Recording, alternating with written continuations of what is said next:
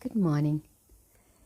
This rainy morning, I decided to draw a card from another deck, from the Divine Feminine Oracle deck of Megan Watterson. I read in Facebook an article, a Dutch article about paupers, about poor people who were to reform them in a project, in a mandatory, a kind of re-educational, well, more like a forced camp project. And that made me think about my own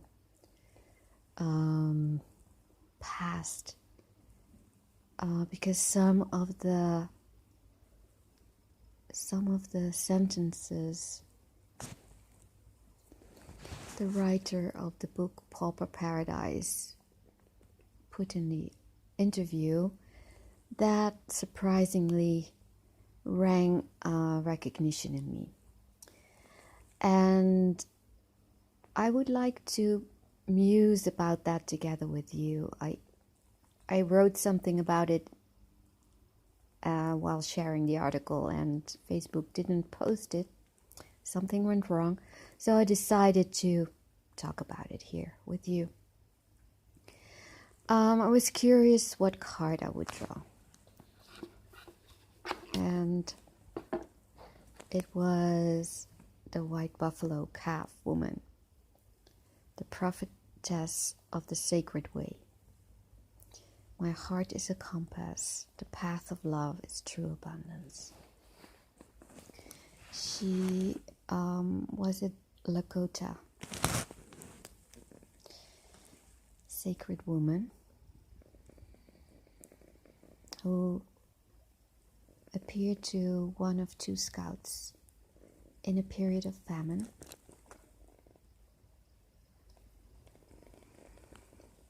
And it's of course true. Love is a portal to abundance, which is very easy for people who have reached the level of sacredness, the level of purity, the level of not being constricted innerly. And fortunately, they try to tell us, the other people, who are still exploring our limitations and our potential, what is possible. They point out the abundant possibilities and what we might not think of ourselves because it's beyond our perspective, because we can't see it yet, because part of us is still constricted and not in infinite, not in the field of all possibilities, as Maharishi would say. The article was about poverty, and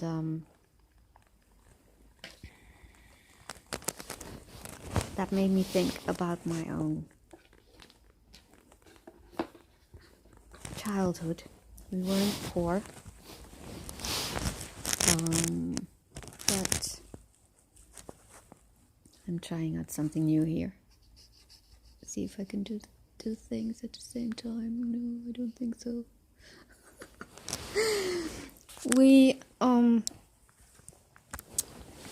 Let's see, how do I say this?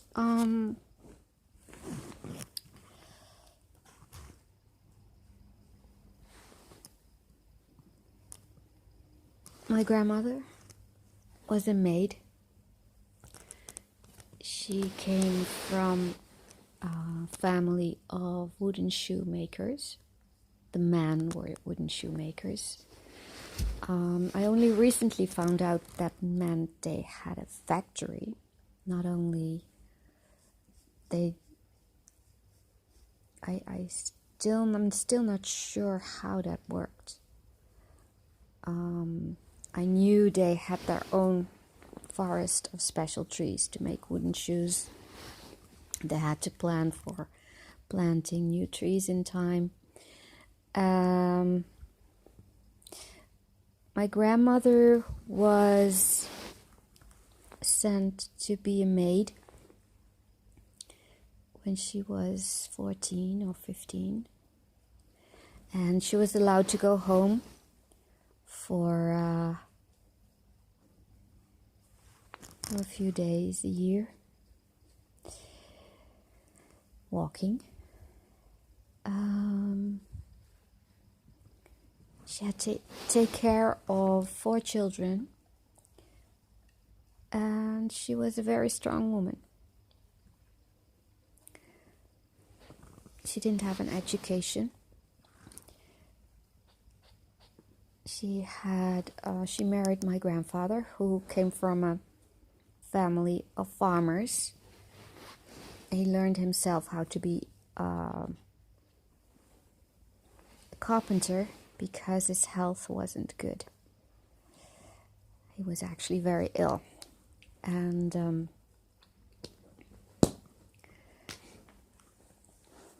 so they had this profession, they had a craft. And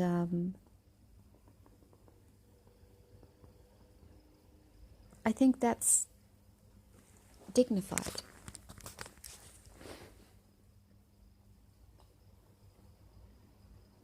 Well, this is very difficult to do two things at the same time.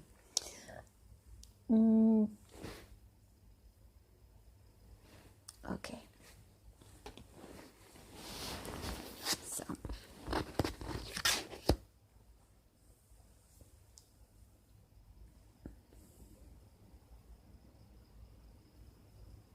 My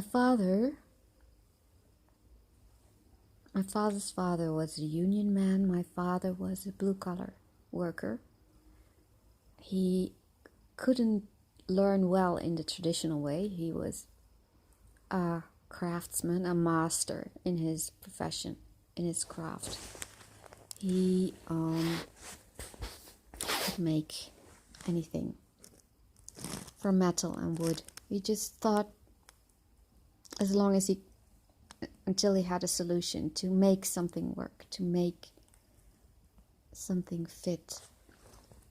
He was never paid for that competency.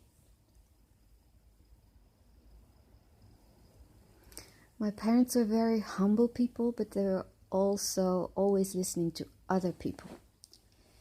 And my mother was very adamant that I should have the same opportunity for education as my brother, because she never had that opportunity.